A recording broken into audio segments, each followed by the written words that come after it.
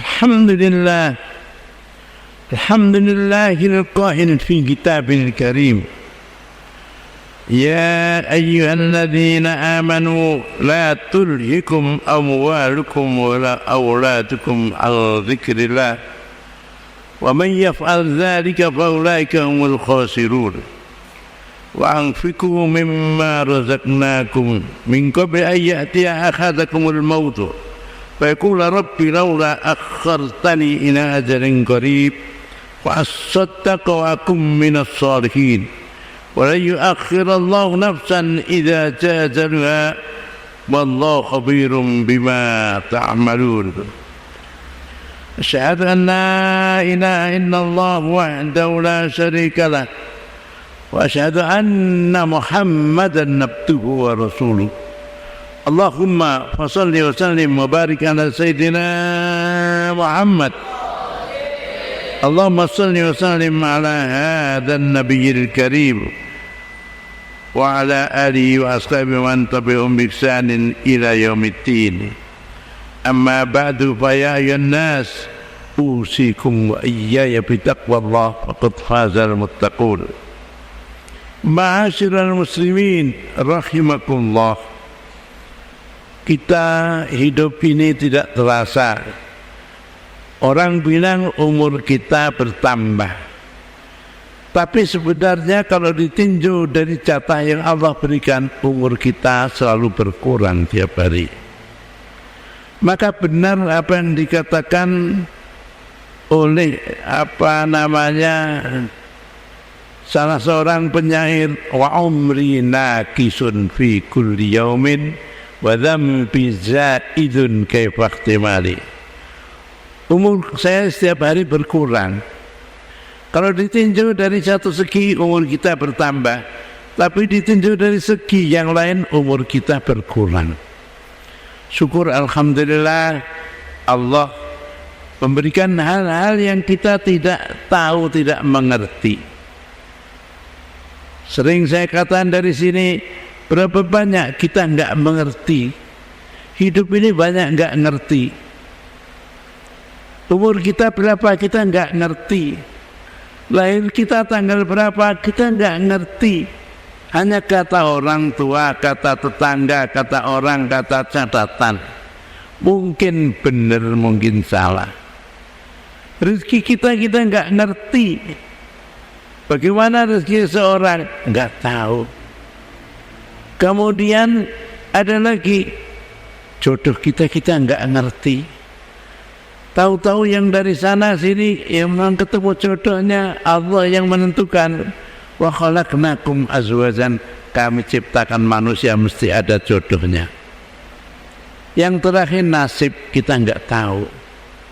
Sama dokternya nasibnya enggak sama.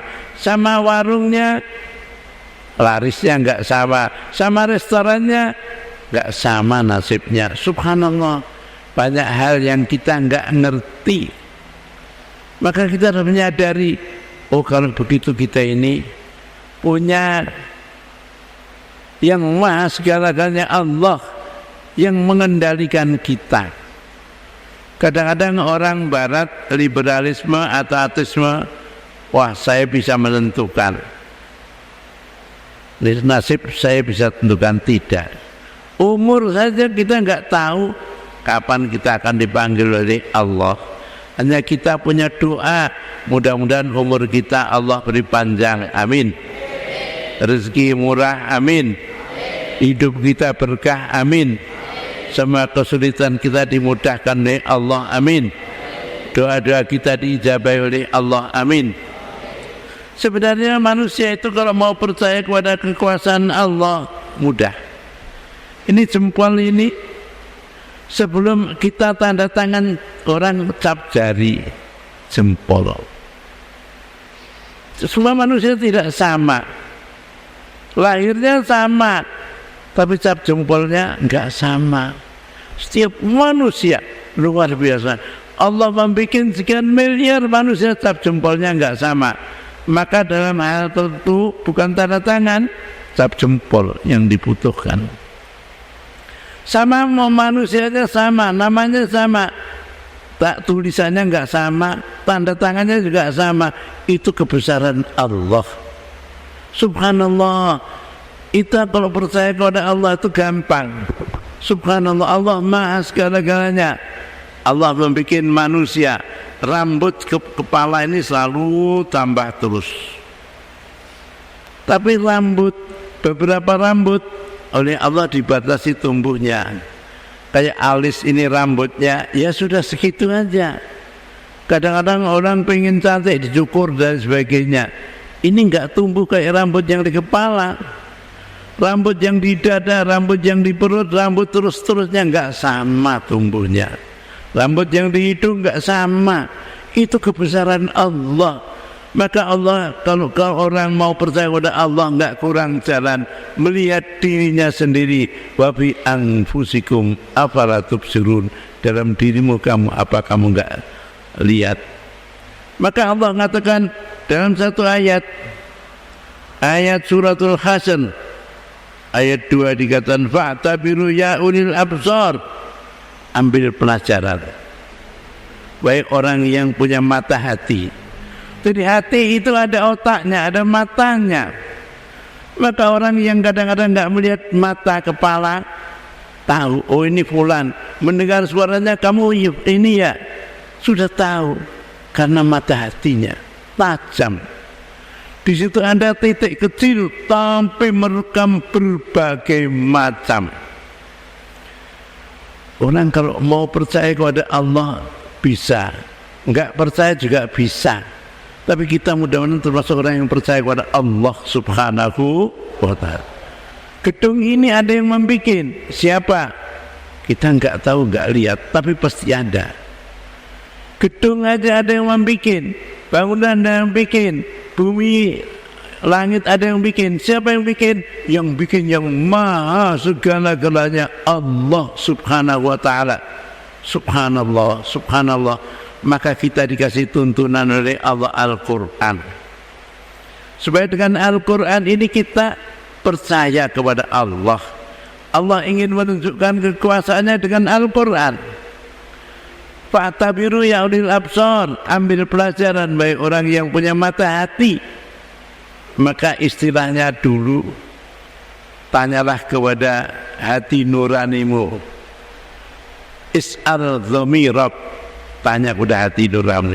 Kita ini punya hati nurani, tapi dalam dunia modern rupanya diselidiki bahwa hati itu ada dibelah dua. Di situ ada titik kecil. Disitulah kehebatan Allah membikin pikiran. Jadi pikiran tidak hanya di otak aja, di hati juga ada. Maka Allah dalam surat Hasyr fa'tabiru ya ulil absar, di situ diselidiki luar biasa dalam hati manusia. Maka ada pepatah, sedalam-dalamnya laut bisa dijajaki, tapi dalamnya hati orang enggak mampu menjajaki. Di luar mungkin ngata iya, mungkin di hatinya tidak. Maka inilah yang terjadi dalam satu peristiwa. Pada zaman sahabat itu ada orang, ini dalam kitab Tambihul Ghafilin halaman 44. Subhanallah, di situ diriwayatkan dari zaman Rasulullah ada Ibn dari Anas. Ada sahabat Rasulullah itu namanya Alqamah. Alqamah ini orangnya baik, salat 5 waktu, jihad, sedekah. Tapi pada akhir kehidupannya, yang pemuda yang hebat kayak gitu, istrinya lapor, ya Rasulullah, suami saya ini megap-megap, mau sakaratil maut, enggak bisa apa-apa. Saya cari mengucapkan apa-apa enggak bisa, apalagi asyhadu an la ilaha illallah enggak bisa. Di sini disebutkan setelah lapor Rasulullah, situ ada para sahabat, ada Sayyidina Ali, ada Bilal, ada beberapa di sini disebutkan, ada Salman Al-Farisi. Subhanallah, Rasulullah panggil, coba, ini ada laporan dari istrinya Alqamah, datang kamu ke rumahnya Alqamah. dilihat saya itu memang sudah sakaratul maut, nggak bisa diajari apa-apa, syahadat nggak bisa. Balik lapor Rasulullah, ya Rasulullah, dia memang sudah sakaratul maut. Betul kata istrinya tadi. Rupanya setelah dapat laporan, Rasulullah mengatakan ini mesti terjadi apa-apa. Tolong panggil bapaknya dan ibunya ke sini. Sahabat menjawab, bapaknya sudah wafat, ibunya tua bangka. Ya sudah, ibunya aja suruh datang ke sini atau saya datang ke sana. Ini rupanya Rasulullah ini memang dari wahyu dari Allah. Begitu ibunya Alqamah sudah tua bangka, bawa tongkatnya datang. Ya Rasulullah, Anda apa? Ini loh anak kamu namanya Alqamah. Betul anak kamu? Iya ya Rasulullah. Dia sekarang sakaratul maut. Gimana sih kamu dengan dia? Rasulullah tanya. Dia anak saya ya Rasulullah. Kemudian hubungan kamu bagaimana dengan dia? Yang jujur. Apa yang kau ucapkan belum tentu dalam hatimu. Nah ini yang tadi saya katakan. Apa yang kau ucapkan belum tentu dalam hatimu.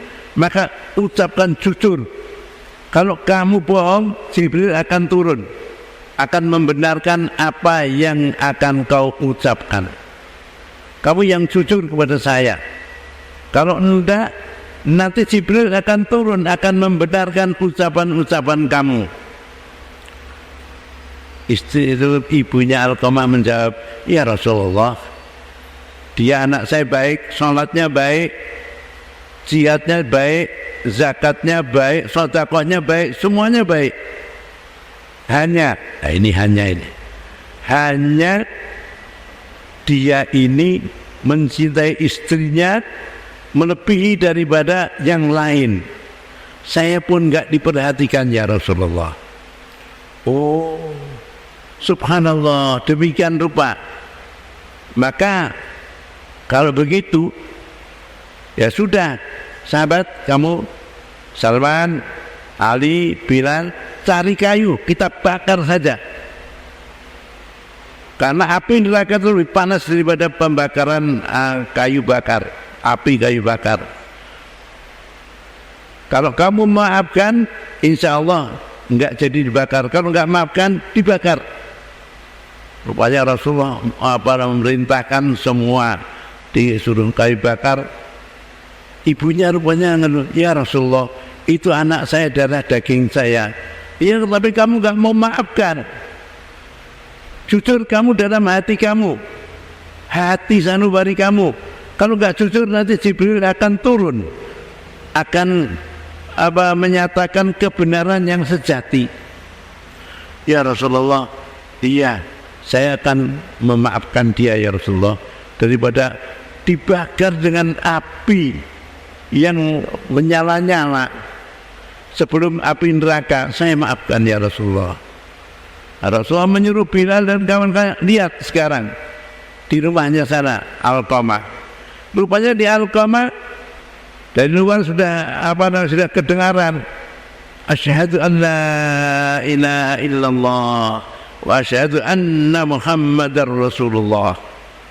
Rupanya karena dia bersalah kepada ibunya, itu yang bikin lisannya enggak bisa mengucapkan syahadat. Percaya atau tidak percaya, ini riwayat yang diriwayatkan oleh Ibn dari Anas bin Malik. Maka kita ini harus hati-hati mengucapkan kata-kata. Mungkin kalau kita bisa berbohong, tapi hakikatnya dalam hati lain daripada apa yang diucapkan. Maka kata Rasul, kalau kamu enggak jujur, Jibril akan datang kepada saya. Subhanallah. Inilah, maka kita harus jujur. Jujur apa saja. Ini cerita Alqamah yang sudah lama enggak pernah diceritakan orang. Maka dalam kitab Tanbihul Ghafilin halaman 44 dikatakan terus terang supaya kita ini jujur. Dan yang lebih penting, jangan mencintai istrinya melebihi daripada ibunya. Ibu ini segala-galanya. Kalau ibunya mendoakan yang jelek, akan jadi jelek. Sering saya katakan, maka seorang ibu harus hati-hati. Jangan mendoakan yang jelek kepada anaknya, karena Allah akan mengijabahi. Malaikat itu mengaminkan. Subhanallah, innal malaikatu yu'minun ala ma taqulun. Malaikat itu mengaminkan apa yang kamu ucapkan. Subhanallah. Jadi pelajaran bagi kita. Kita ini harus jujur, harus berbuat baik pada orang tua kita, ibunya, bapaknya, orang tuanya, baru istrinya, baru tetangganya, yang lain-lain. Allah akan keberkahan. Buktinya apa? Tadi Alqamah yang enggak bisa mengucapkan lidahnya dengan syahadat gara-gara salah perbuatannya dengan orang tuanya. Setelah ibunya memaafkan, baru dia bisa mengucapkan asyhadu an la ilaha illallah wa asyhadu anna Muhammadar Rasulullah. Mudah-mudahan khutbah Jumat yang pendek ini Allah akan memberkahi kita semuanya. Ya Allah, ya Allah, berkahilah kami ya Allah. Ya Allah, limpahkanlah keberkahan-Mu, rahmat-Mu, karunia-Mu, rezeki-Mu kepada kami semua ya Allah. Jadikanlah kami orang yang sukses dunia dan akhirat ya Allah. Berkahilah santriwan-santriwati ini ya Allah. Berkahilah para jamaah salat Jumat ini ya Allah. Berkahilah kami semuanya ya Allah. Allahumma sholli Islam wal muslimin fi kulli makan. Allahumma sholli Islam wal muslimin wal mustadafin fi kulli makan. Allahumma sholli Islam wal muslimin wal mustadafin fi kulli makan. Allahumma sholli Islam wal muslimin wal Palestiniyin. Allahumma sholli Islam wal muslimin wal Indonesiyin. وأهلك الكفرة والمشركين والشيوعيين والظالمين والخائنين والكاذبين والمنافقين إنك على كل شيء قدير إنك على كل شيء قدير إنك على كل شيء قدير إن أحسن الكلام كلام الله الملك المنان وبقوله يهتدي المهتدون أعوذ بالله من الشيطان الرجيم